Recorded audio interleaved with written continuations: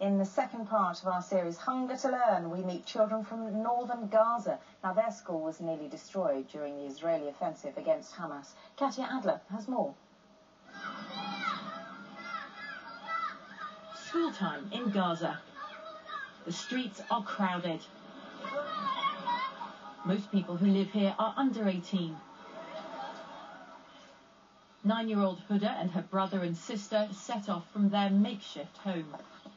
Their real one was bombed earlier this year in a war with Israel.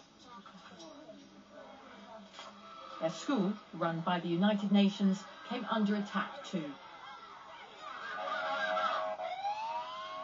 People in the school said it was raining fire that day. Israel launched white phosphorus, it says was aimed at protecting Israeli soldiers from Palestinian gunmen. But the school was packed with families sheltering from the war. 2 little brothers were killed here. Women and children were wounded. Some classrooms burnt beyond recognition.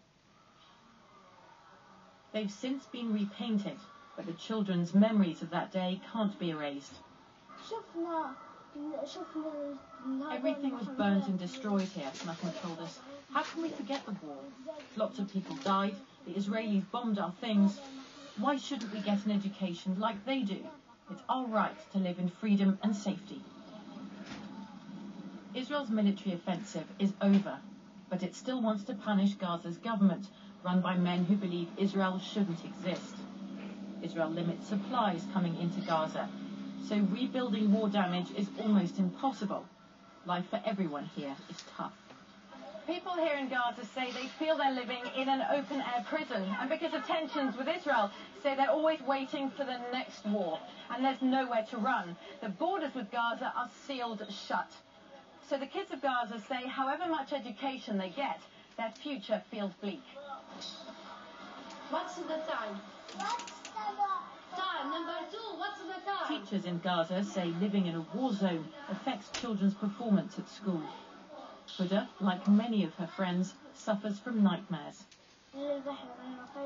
At night, I dream the Israelis will come back and bomb us, Huda told me. I'm scared. At school we study and play, but we still remember the days of the war. Between Israeli airstrikes and Palestinian gunmen firing rockets from their neighbourhoods, being a child in Gaza means growing up with conflict. Katia Adler, BBC News, Northern Gaza. That's a picture in the Middle East. You can find out more.